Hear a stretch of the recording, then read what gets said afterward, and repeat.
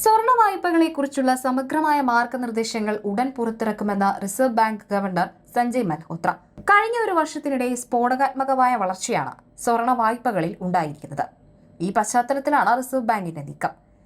സ്വർണ്ണ വായ്പാ നിയമങ്ങൾ റിസർവ് ബാങ്ക് കർശനമാക്കാൻ സാധ്യതയുണ്ട് എന്നാണ് റിപ്പോർട്ടുകൾ. സ്വർണ്ണവില കുതിച്ചുയർന്നതോടെ സ്വർണ്ണ വായ്പാ ബിസിനസ് അതിവേഗം വളർച്ച കൈവരിച്ചു.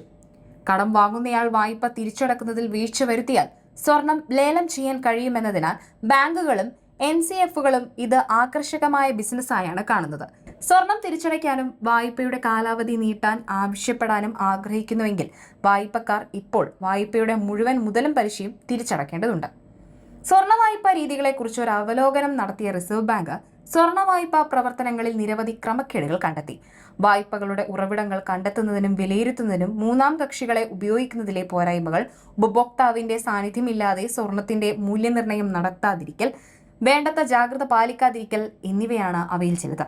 കൂടാതെ സ്വർണ്ണ വായ്പകളുടെ അന്തിമ ഉപയോഗ നിരീക്ഷണത്തിന്റെ അഭാവം, ഉപഭോക്താവ് വീഴ്ച വരുത്തിയാൽ സ്വർണവും ആഭരണങ്ങളും ലേലം ചെയ്യുന്ന സമയത്ത് കാണിക്കുന്ന സുതാര്യതയില്ലായ്മ, വായ്പാ മൂല്യം അനുപാതം നിരീക്ഷിക്കുന്നതിലെ ബലഹീനതകൾ, റിസ്ക് വെയ്റ്റുകളുടെ തെറ്റായ പ്രയോഗം എന്നിവയും പ്രധാന പോരായ്മകളിൽ ഉൾപ്പെടുന്നു.